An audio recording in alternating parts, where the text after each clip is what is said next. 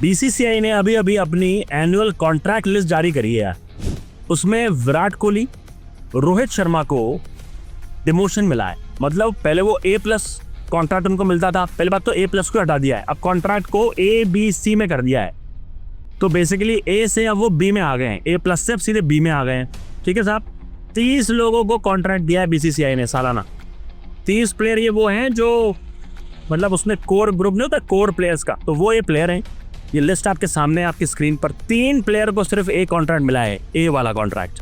शुभमन गिल, रविंद्र जडेजा, जसप्रीत बुमराह।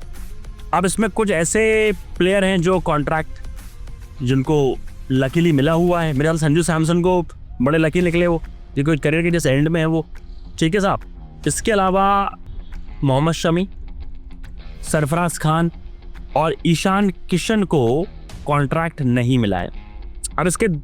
अब इसका मायना ये मत समझो कि लोगों को ईशान किशन को निकाल दिया, उनके बारे में सोच नहीं रही है टीम, या फिर सरफराज के बारे में सोच रही है। मोहम्मद शमी का तो मुश्किल लग रहा है मुझे, लेकिन इन 3 प्लेयर को इसलिए कॉन्ट्रैक्ट से निकाला है क्योंकि बीसीसीआई का एक रूल कहता है कि मिनिमम आपको 3 मैच खेलने पड़ेंगे पिछली विंडो में, तब आपको कंसिडर किया जाएगा प्रो राटा बेसिस पे कॉन्ट्रैक्ट के लिए। तो ये बात बोल देना कि नहीं ईशान के साथ तो अब ज़्यादती हो रही है, या सरफराज के साथ ज़्यादती हो रही है सरफराज खान के साथ, ऐसा नहीं है।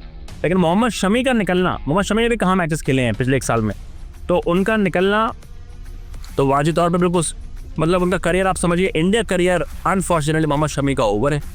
सरफराज खान अगले टेस्ट स्क्वाड में मेरे हिसाब से बिल्कुल जगह उनको मिलेगी। ईशान किशन को अगले साल डेफिनेटली कॉन्ट्रैक्ट मिलेगा, सरफराज को भी मिलेगा।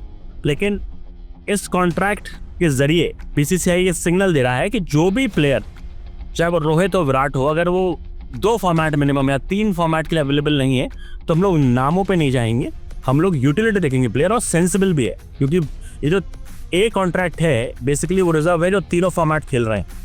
लेकिन इस बार उसमें भी थोड़ी सी ट्विस्ट है कि रविंद्र जडेजा 2 फॉर्मेट खेला, लेकिन फिर भी उनको दिया है जडेजा, बुमराह एंड शुभमन गिल को।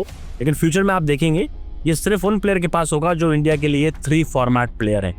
जैसे अभी जायसवाल B कैटेगरी में है, KL राहुल भी B कैटेगरी में, सूर्य कुमार यादव को B कैटेगरी में रखा गया है, क्योंकि अभी वो सिर्फ 1 या 2 फॉर्मेट ही खेल पा रहे हैं ये सारे प्लेयर्स।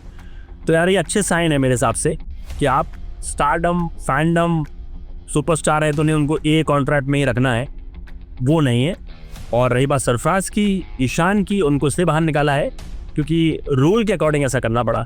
ऐसा नहीं है कि उनके बारे में बीसीसीआई कठोर हो गई कि नहीं खिलाएंगे नहीं, डेफिनेटली फ्यूचर है और खेलेंगे इंडिया के लिए ऑल फॉर्मेट्स पे जिसमें भी ये लोग फिट बैठते हो, समझे ना।